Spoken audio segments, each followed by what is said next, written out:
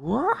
Okay, so the pineal gland again. There's lots of questions about this, as I'm sure there always will be. It is one of the more mysterious topics and regions of the brain. So, to sum through this as fast as possible this time, as this is directed more at a particular person, even though I'm sure it'll help a lot of people. Pineal gland. If we were depicted like we do in classical artwork, and we follow this back, straight back to the center of our brain, is the localized region, the pineal gland, the third eye. If you look it up on Wikipedia, you can see the brain mass of this, and you'll see the Eye of Horus and the Eye of Ra symbolism, and be able to see some of the sciences that they were talking about before we had the overly, unnecessarily complicated, extreme language we use today to try to talk about pretty basic and simple things. And now we all get lost and don't understand each other and have all these language barriers. Fascinating. Um, anyway, so awareness is what the third eye stands for, being such a critical part of your brain. And you release drugs from this brain. DMT, dimethyltryptamine, 10 times the dose you'd need to take while you're awake for any kind of effect, is produced naturally during your sleep each night, and that's what causes you to dream or hallucinate very vivid and realistic experiences nonetheless, regardless of how geometrical or encoded or the way that your brain tries to interpret this vast swarm of information and chemicals as it floods your brains with these suggestions. And some of the more, I mean, it's funny because we have all these mystic talks and stuff, but it's really just to try to show people how to access their body, their inner wisdom, and their infinite wisdom. But in consciousness as humans, we have a need to verbalize and try to explain in word form everything. And that's why, even though the words will never fit the bill to say unconceptual wisdom, as I like to say, it means without necessarily having to divide it and put it into context and into words, and to put it into regular humans' ways of understanding. If you already trust yourself and you already get a basic idea of the sciences, you actually make it a lot harder in the man magic way that you approach things, with all the extra symbolism and calculation, instead of already understanding what's going on. All these other lessons, all these other talks, they're systematic approaches for the same sciences, and some people need more complicated sciences. Some need more complicated systems to go with their more complicated thoughts, and can't swallow things as easily. And I say not to be a blind follower, but if you really get the principle of some of the stuff we're talking about. Anyway, that said, awareness. Now, some people will say you should start with your third eye. They think that, it being awareness, that it's an important place, and they'll teach you to overpump your body with this particular element and meditate on your third eye and all that. Now, I'm not going to discourage this, that's great, but you can't overdo it, hence people being aware without understanding, being aware without conquering the previous bridges and chakra lessons, without conquering lust, balancing out their sexuality, accepting themselves, getting rid of the whole guilt aspect of it, and really not repressing themselves or others due to ideological or emotional differences. Overcoming the ego and the solar plexus, I mentioned too. Clearly these are going to have a great tie-in with the higher chakra. Now, you have the ego, you have control, you have the idea of what you think you are, which is the sum of so much stuff that you've been given or taught or being influenced by. So you start to slowly elude, hopefully, as you conquer these things, how important or superior you think you are, how deserved you think you are, and really just making wiser decisions and coursing your own current, so to speak, and navigating the waters of life, making better choices. Knowing when and when not to speak, how to speak, knowing what your words do, knowing the frequencies and sounds and how it affects the world, the exchanges that we make from the heart, and the influence that we make with the throat, etc., and so on. Now, what this means is, you can obviously use these independently, and the organs and additional knowledge that we won't go into just yet, because you're just beginning.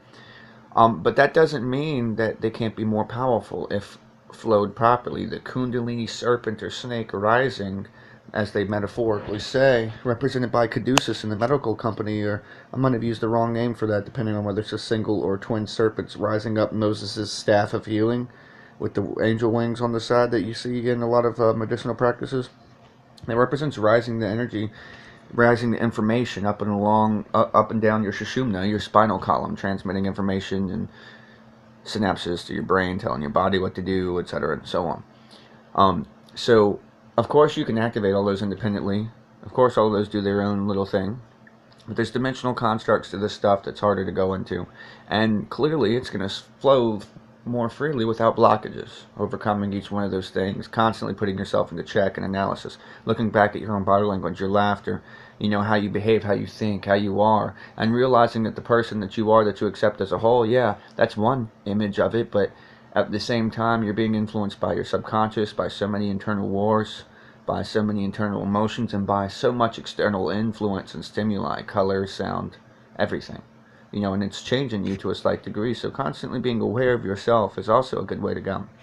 Now, focusing merely on each one of those points, I've given you a vague outline, the throat, speaking, communication, the heart, connecting without really communicating, more emotionally, more intuitive, more understanding in that regards, the solar plexus, the ego, dominion, controlling, look at a cross and look at an inverted cross. You can see what the PowerPoint is on the left and right hand path, pretty much.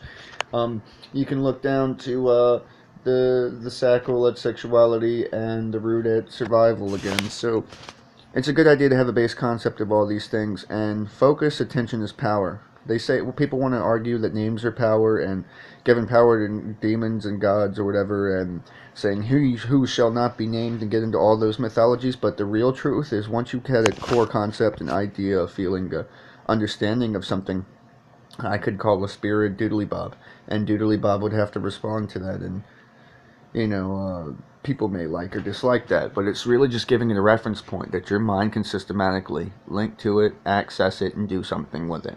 Past that, putting your prayers to God, letting it go, to not have to think about it again and allow it to do its job instead of attaching it back to yourself, grabbing back your own ideas, is crucial in any kind of prayer, witchcraft, meditation, spell, whatever word you're looking for that you prefer to hear. So if you're really looking to awareness and you're really looking to balance out your body, you now have a vague outline. Focus on each one of those points. Just spend a couple minutes a day just looking at that with your eyes closed, focusing on that area. Your subconscious already, whether you remember right now or not, has absorbed all of my narrative, and will subconsciously roll those things around while you're adding energy to that area of your body, which is associated with different organs and things that we don't even need to be conscious of right now. Simply focusing on those is going to cleanse out the different energies. Your brain is going to start to give these parts of your bodies different commands to try to put them into balance. It's going to say, oh, we're focused on this now. Not on pain, not on suffering, not on news, not on media, not on whatever it is, and feeding energy to that. Well, right now we're focusing on our body. Let's focus on healing. One of the miraculous things about babies is, as adults, we band-aid our wounds. As adults, we try to distract ourselves. As babies, if they choose to be upset, it's usually really short when it comes to a physical wound. They just focus entirely on it instead of away from it. What else are they going to do? They haven't been taught a new way yet to ignore the problem. So they focus on it, and what happens? They heal very quickly, they get over it very quickly, and then they free themselves right back again from the burden. I think that's a note we should all take as adults. We should all learn from the kids and take responsible for our internal chatter, our internal emotions and thoughts and stuff. We expose ourselves to so many conflicting ideas, so much emotionally to affect our morals and tell us how we should think and how we should feel, how we should act. We have labels like Asperger's and autism in existence, which I get to take part in because we challenge the standard that is, and because we question everything and notice these forms of patterns, some of us even worse than I am. But it really comes down to awareness. What do you need to get the job done? What's really tangible right now? What's really accomplishable right now? And in working towards the crown, towards the Christ, toward the Buddha head, toward the Godhead of understanding, can you not shit on others? Can you not dominionize over others? Do you have to lord over others? And when you do you do it because your emotions are involved? Do you do it because you think you need something, or do you do it to be level? Do you do it to balance out or fix situations? Do you do it that people aren't harming themselves and others? Do you do it to isolate or empower? Why is it that you're involving yourself, and making decisions that aren't going to backfire? Even karma existing can be looked at more because with everything being interconnected and interwoven the way it is, that in a sense you're harming pieces of yourself every time you do something undesirable. So take things into awareness, take the time to meditate, and if you have any really specific questions, ask those, but ultimately take your time and pay attention to your body. And never have any fear. That's half of the problem with the world. Peace.